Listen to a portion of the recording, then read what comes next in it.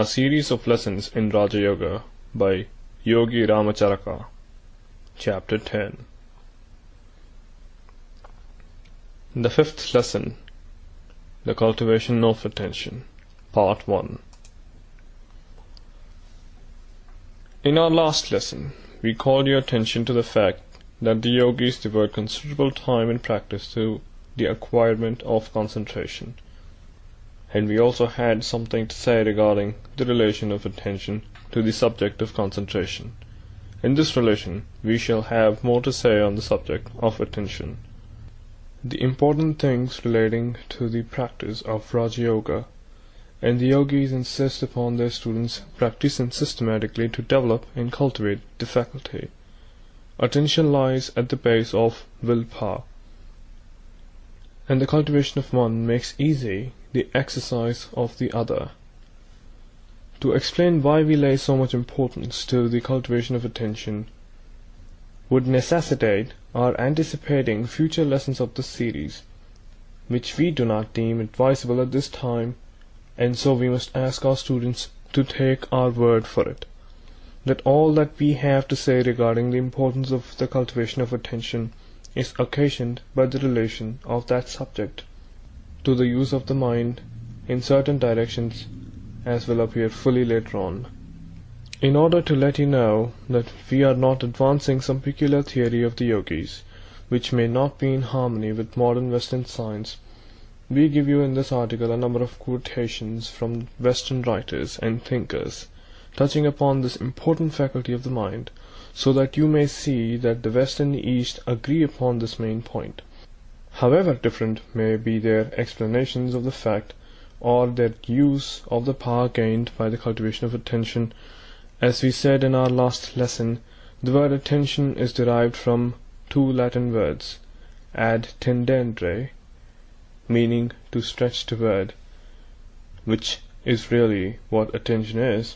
The eye wills that the mind be focused on some particular object or thing, and the mind obeys and stretches toward that object or thing, focusing its entire energy upon it, observing every detail, dissecting, analyzing consciously and subconsciously, drawing to itself every possible bit of information regarding it, both from within and from without.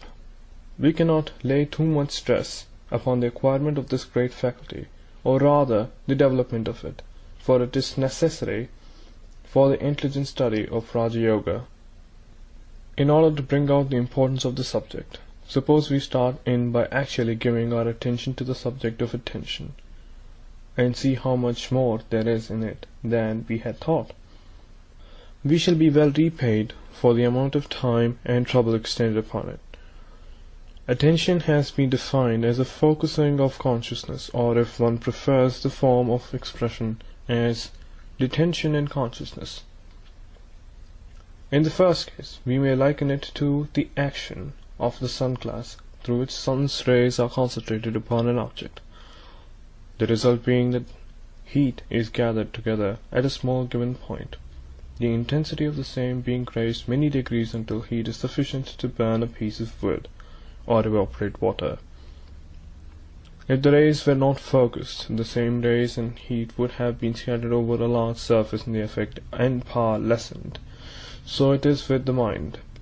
If it is allowed to scatter itself over the entire field of a subject, it will exert but little power and the results will be weak.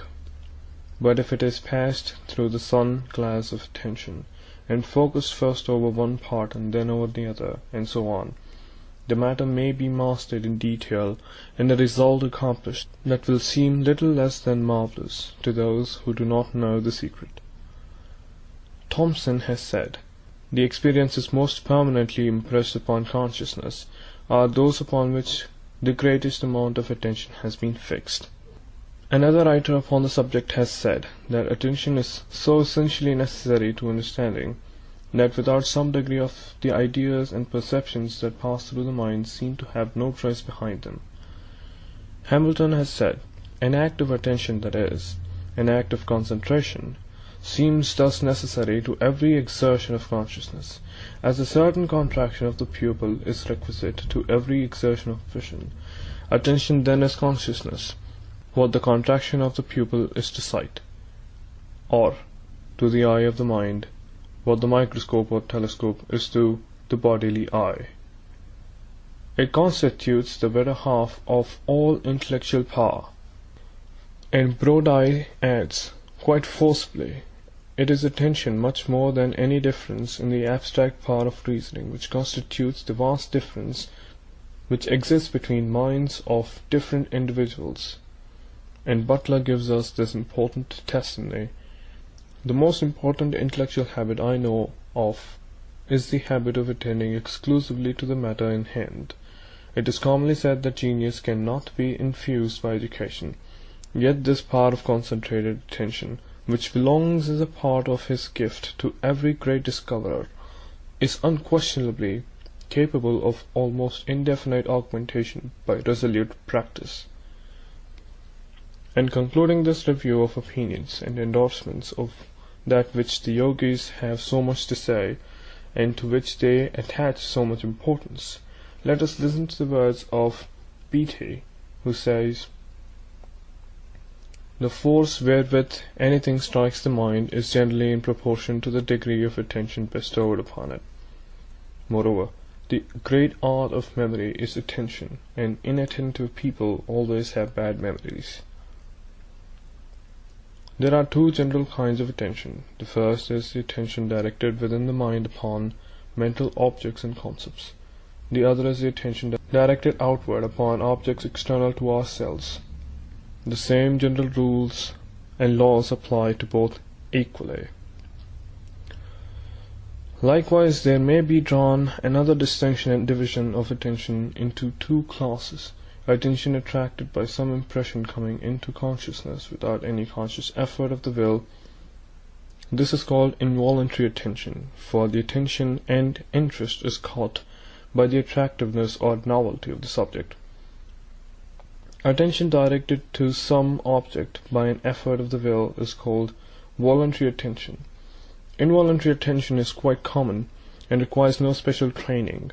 In fact, the lower animals and younger children seem to have a greater share of it than do adult men. A great percentage of men and women never get beyond the stage to any marked degree. On the other hand, voluntary attention requires effort, will, and determination, and a certain mental training that is beyond the majority of people, for they will not take the trouble to direct their attention in this way. Voluntary attention is the mark of the student and other thoughtful men. They focus their minds on objects that do not yield immediate interest or pleasure, in order that they may learn and accomplish. The careless person will not thus fasten his attention, at least not more than a moment or so, for his involuntary attention is soon attracted by some passing object of no matter how trifling a nature, and the voluntary attention disappears and is forgotten. Voluntary attention is developed by practice and perseverance, and is well worth the trouble, for nothing in the mental world is accomplished without its use. The attention does not readily fasten itself to uninteresting objects, and unless interest can be created, it requires a considerable degree of voluntary attention in order that mind may be fastened upon such an object, and, more than this, even if the ordinary attention is attracted, it will soon waver, unless there is some interesting change in the aspect of the object that will give the attention a fresh hold of interest, or unless some new quality, characteristic, or property manifests itself in the object. This fact occurs because the mind mechanism has not been trained to bear prolonged voluntary attention, and, in fact, the physical brain is not accustomed to the task, although it may be so trained by patient practice. It has long been noticed by investigators that the attention may be rested and freshened either by withdrawing the voluntary attention from the object and allowing the attention to manifest along involuntary lines toward passing objects, etc., or, on the other hand, by directing the voluntary attention into a new field of observation towards some new object. Sometimes one plan will seem to give the best results, and again, the other will seem preferable.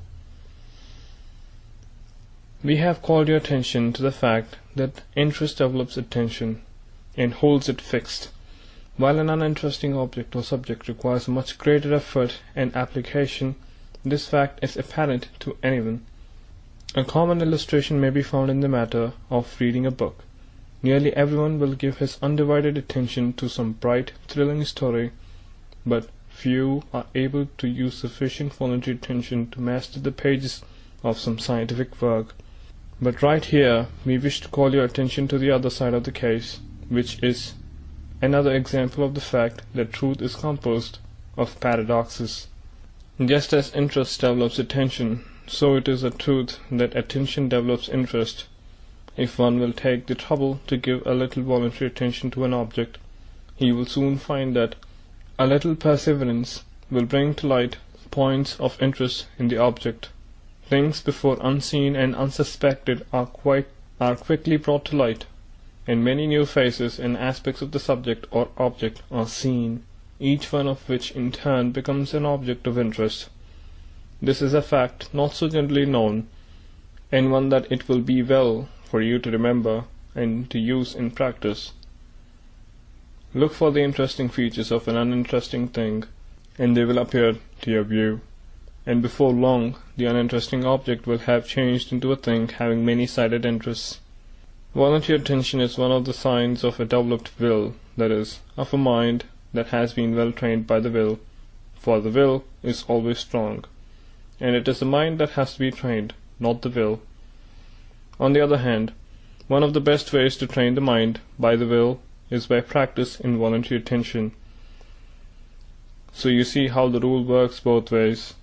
Some Western psychologists have even advanced theories that voluntary attention is the only power of the will. That power is sufficient, for if the attention be firmly fixed and held upon an object, the mind will do the rest.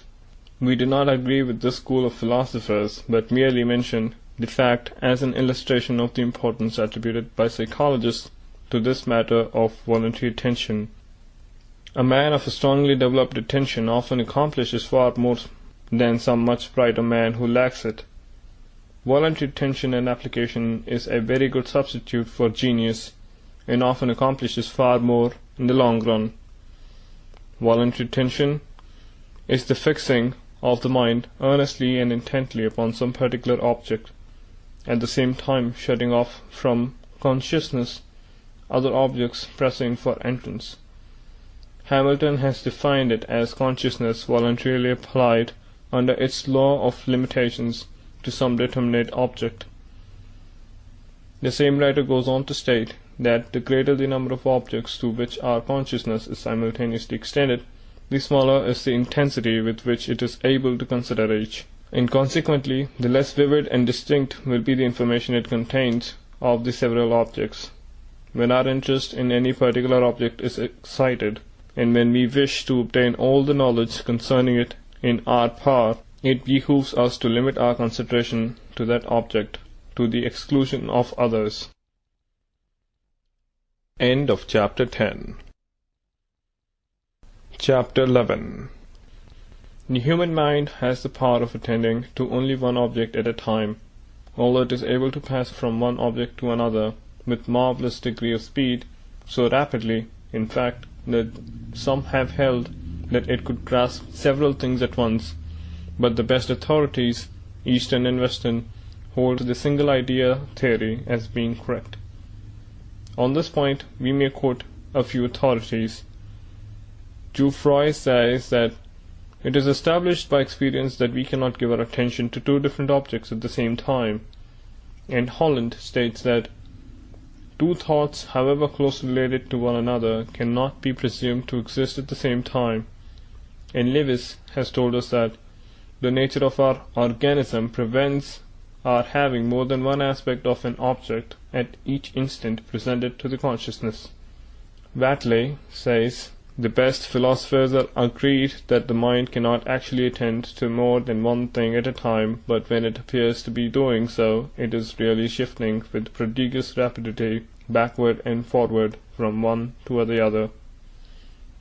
By giving a concentrated voluntary attention to an object, we not only are able to see and think about it with the greatest possible degree of clearness, but the mind has a tendency under such circumstances to bring into the field of consciousness all different ideas associated in our memory with that object or subject, and to build around the object or subject a mass of associated facts and information.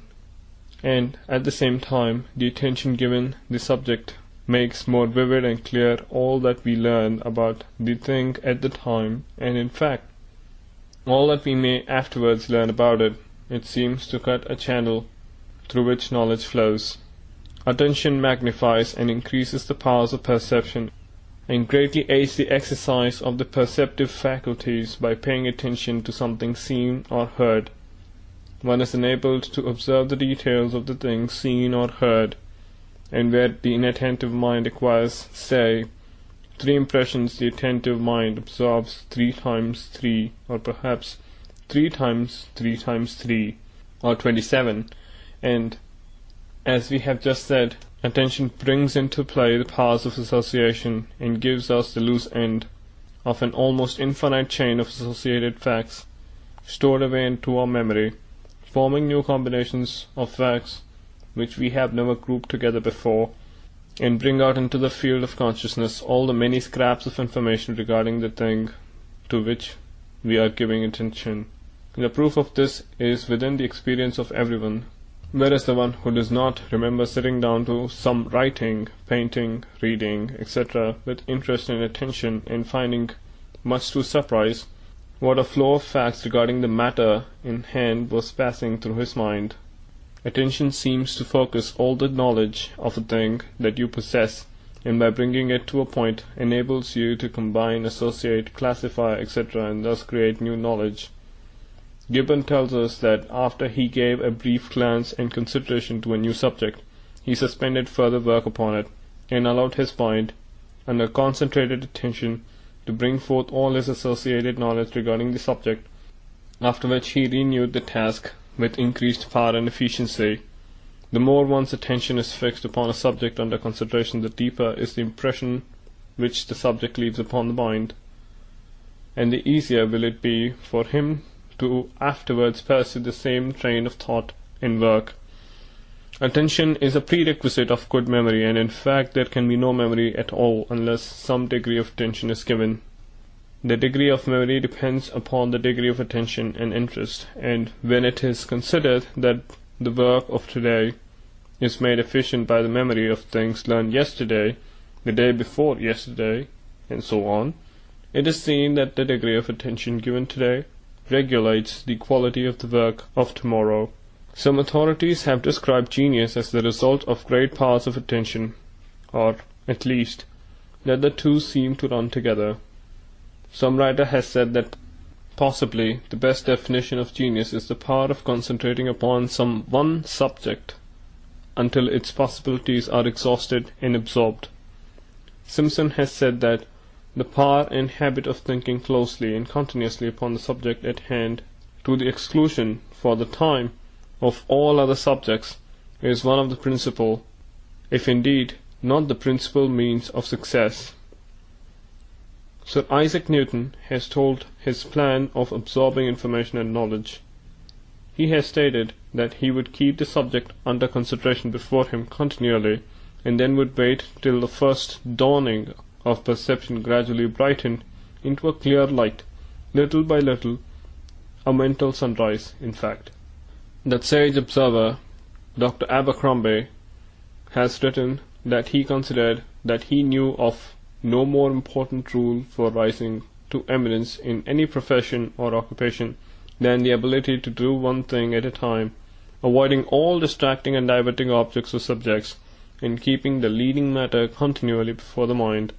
And others have added that such a course will enable one to observe relations between the subject and other things that will not be apparent to the careless observer or student.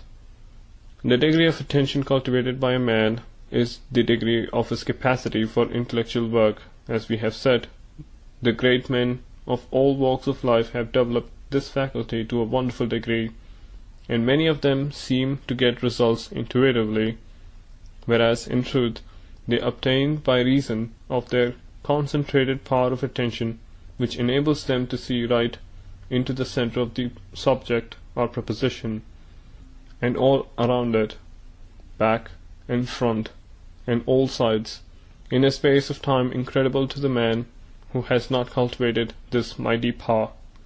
Men who have devoted much attention to some special line of work or research are able to act almost as if they possessed second sight.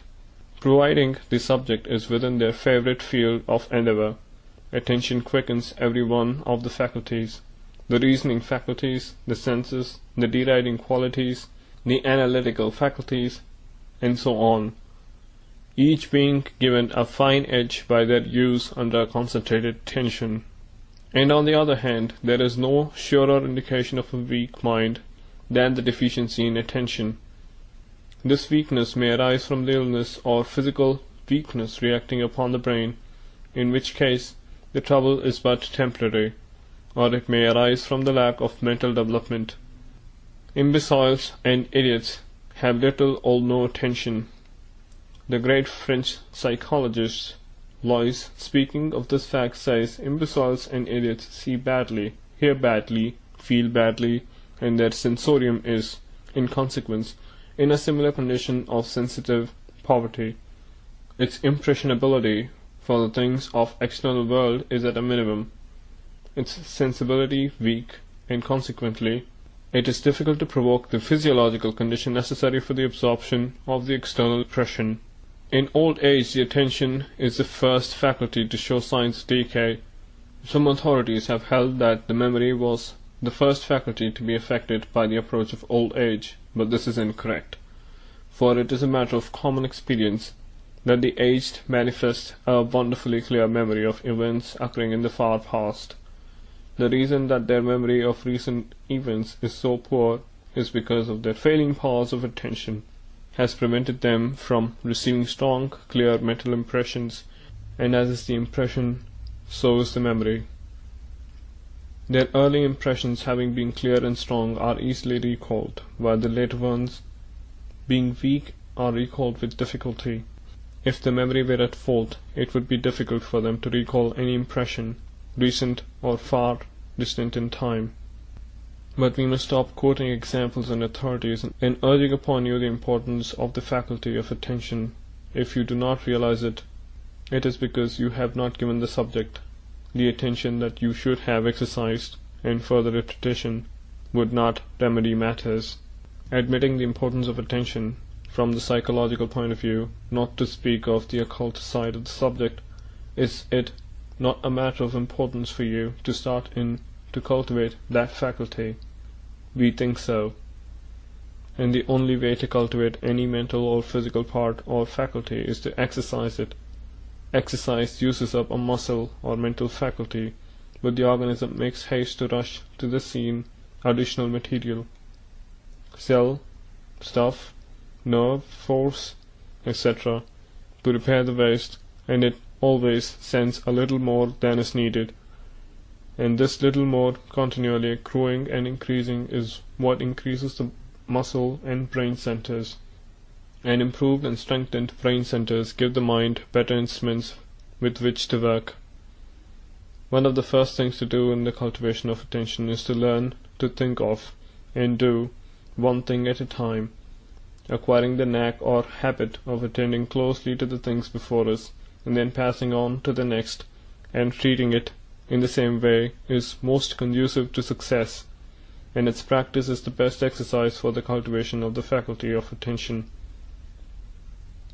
And on the contrary, there is nothing more harmful from the point of view of successful performance, and nothing that will do more to destroy the power of giving attention, than the habit of trying to do one thing while thinking of another.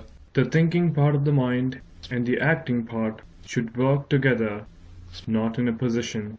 Dr. Beatty, speaking of the subject, tells us, "It is a matter of no small importance that we acquire the habit of doing only one thing at a time, by which I mean that while attending to any one object, our thoughts ought not to wander to another, And Granville adds, a frequent cause of failure in the faculty of attention is striving to think of more than one thing at a time. And Kay quotes, approving, a writer who says, she did things easily because she attended to do them in the doing. When she made bread, she thought of the bread, and not of the fashion of her next dress, or of her partner at the last dance.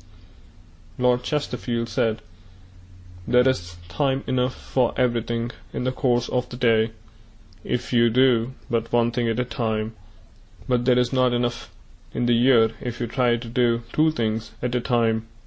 To attain the best results, one should practice concentrating upon the task before him, shutting out so far as possible every other idea or thought. One should even forget self, personality, in such cases, as there is nothing more destructive of good thinking than to allow morbid self-consciousness to intrude. One does best when he forgets himself in his work, and sinks his personality in the creative work. The earnest man or woman is the one who sinks personality in the desired result, or performance of the task undertaken.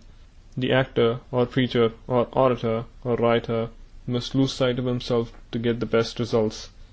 Keep the attention fixed on the thing before you, and let the self take care of itself. In connection with the above, we may relate an anecdote of Watley that may be interesting in connection with the consideration of this subject of losing one's self in the task. He was asked for a recipe for bashfulness, and replied that the person was bashful simply because he was thinking of himself and the impression he was making. His recipe was that the young man should think of others, of the pleasure he could give them, and in that way he would forget all about himself. The prescription is said to have effected the cure. The same authority has written, let both the extemporary speaker and the reader of his own compositions study to avoid, as far as possible, all thoughts of self, earnestly fixing the mind on the matter of what is delivered, and they will feel less that embarrassment which arises from the thought of what opinion the hearers will form of them. The same writer, Watley, seems to have made quite a study of attention, and has given us some interesting information on its details. The following may be read with interest, and if properly understood, may be employed to advantage. He says, it is a fact, and a very curious one, that many people find they can best attend to any serious matter when they are occupied with something else which requires a little, but a little, attention, such as working with the needle, cutting open paper leaves, or, for want of some such employment, fiddling anyhow with fingers. He does not give the reason for this, and at first sight it might seem like a contradiction of the one thing at a time idea, but a closer examination will show us that the minor work, the cutting leaves, etc., is in the nature of any involuntary or automatic movement, inasmuch as it requires little or no voluntary action, and seems to do itself. It does not take off the attention from the main subject, but perhaps acts to catch the vast attention that often tries to divide the attention from some voluntary act to another. The habit mind may be doing one thing while the attention is fixed on another. For instance, one may be writing with his attention firmly fixed upon the thought he wishes to express, while at the time his hand is doing the writing, apparently with no attention being given. But let a boy or person unaccustomed to writing try to express his thoughts in this way, and you will find that he is hampered in the flow of his thoughts by the fact that he has to give much attention to the mechanical act of writing. In the same way, the beginner on the typewriter finds it difficult to compose to the machine, while the experienced typist finds mechanical movements no hindrance whatever to the flow of the thought and focusing of attention. In fact, many find that they can compose much better while using the typewriter than they can by dictating to a stenographer. We think you will see the principle. And now for a little mental drill and attention, that you may be started on the road to cultivate this important faculty. End of Chapter 11. Chapter 12. Mental drill and attention. Exercise 1. Begin by taking some familiar object and placing it before you. Try to get as many impressions regarding it as possible for you. Study its shape, its color, its size, and the 1,001 little peculiarities about it that present themselves to your attention. In doing this, reduce the thing to its simplest parts, analyze it as far as is possible, dissect it mentally, and study its parts in detail. The more simple and small the part to be considered, the more clearly will the impression be received, and the more vividly will it be recalled. Reduce the thing to the smallest possible proportions, and then examine each portion. In mastering that, then pass on to the next part, and so on, until you will have covered the entire field. Then, when you have exhausted the object, take a pencil and paper and put down as nearly as possible all the things or details of the object examined. When you have done this, compare the written description with the object itself and see how many things you have failed to note. The next day, take up the same object, and after re-examining it, write down the details, and you will find that you have stored away a greater number of impressions regarding it, and moreover, you will have discovered many new details during your second examination. This exercise strengthens the memory as well as the attention, for the two closely connected, the memory depending largely upon the clearness and the strength of impressions received, while the impressions depend upon the amount of attention given to the thing observed. Do not tire yourself with this exercise, for a tired attention is poor attention. Better try it by degrees, increasing the task a little each time you try it. Make a game of it if you like, and you will find it quite interesting to notice the steady but gradual improvement. And it will be interesting to practice this in connection with some friend, varying the exercise by both examining the object and writing down the impressions separately and then comparing results. This adds interest to the task, and you will be surprised to see how rapidly both of you increase in your powers of observation, which powers, of course, result from attention. Exercise 2. This exercise is but a variation of the first one. It consists in entering a room and taking a hasty glance around, and then walking out and afterward writing down the number of things that you have observed with a description of each. You will be surprised to observe how many things you have missed at the first sight, and how you will improve in observation by a little practice. This exercise also may be improved by the assistance of a friend, as related in our last exercise. It is astonishing how many details one may observe and remember after a little practice. It is related of Houdin, the French conjurer, that he improved and developed his faculty of attention and memory by playing this game with a young relative. They would pass by a shop window, taking a hasty attentive glance at its contents. Then they would go around the corner and compare notes. At first, they could remember only a few prominent articles, that is, their attention could grasp only a few, but as they developed by practice, they found that they could observe and remember a vast number of things and objects in the window, and at last it is related that Houdin could pass rapidly before any large shop window, bestowing upon it one hasty glance, and then tell names of and closely describe nearly every object in plain sight in the window.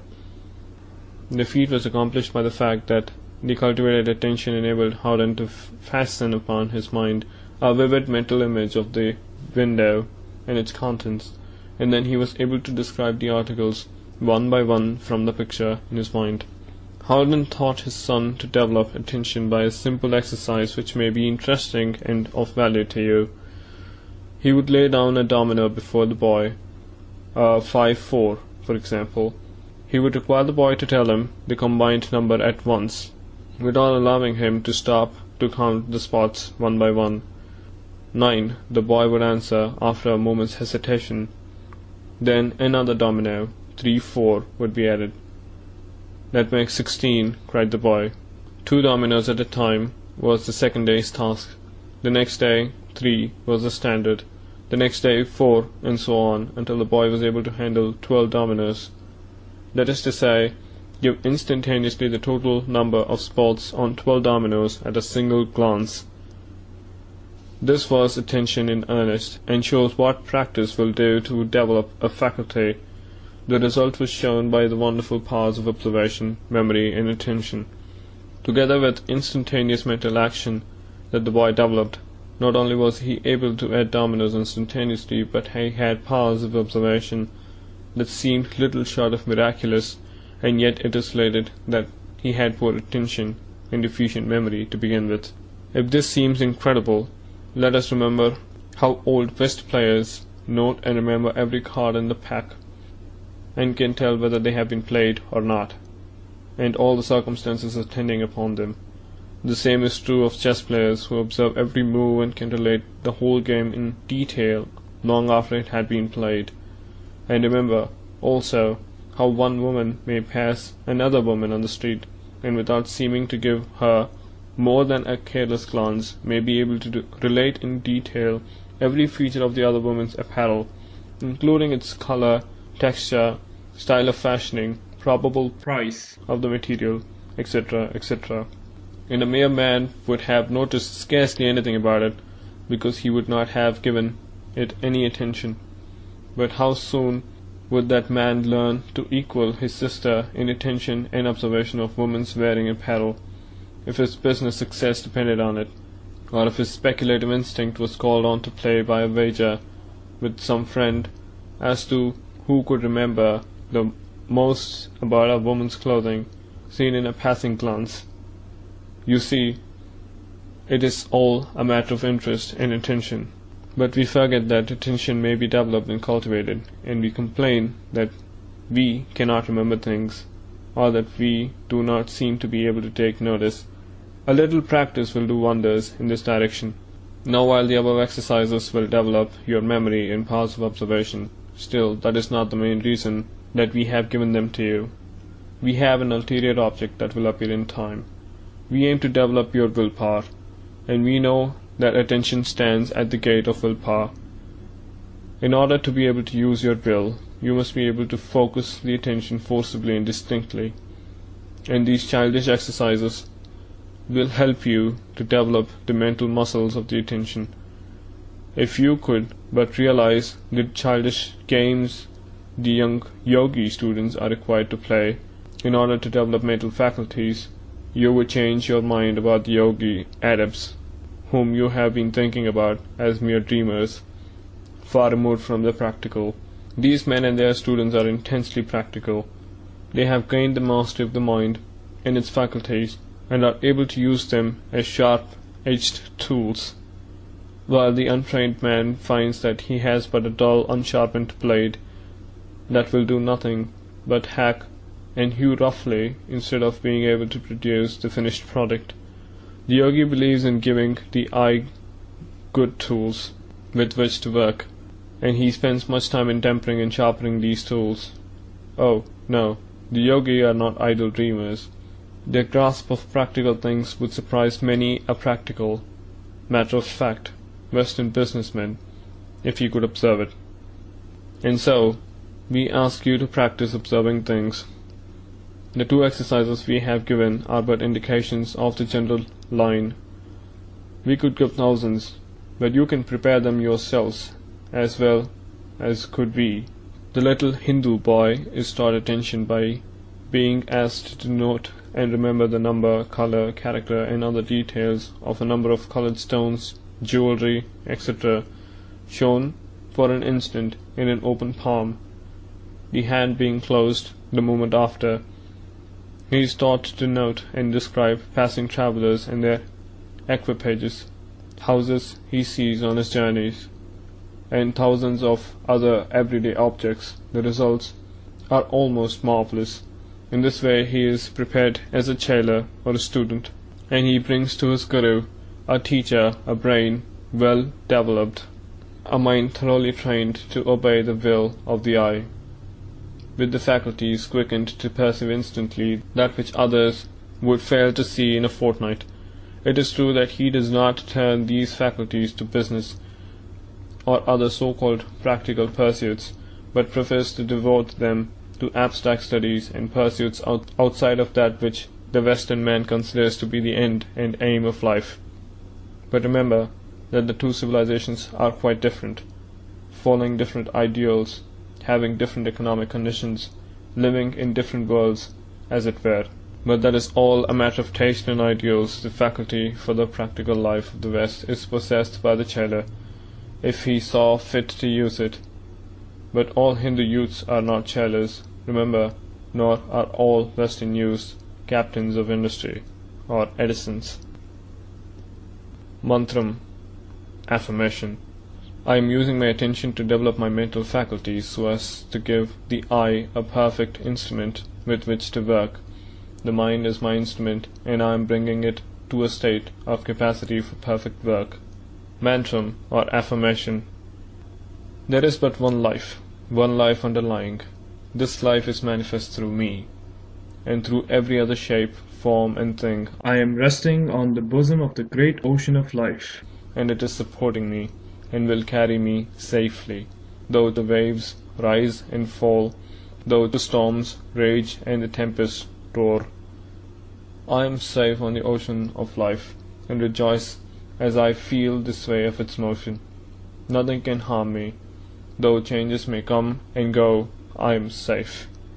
I am one with all life, and its power, knowledge, and peace are behind, underneath, and within me. O one life, express thyself through me. Carry me now on the crest of the wave, now deep down in the trough of the ocean, supported always by thee.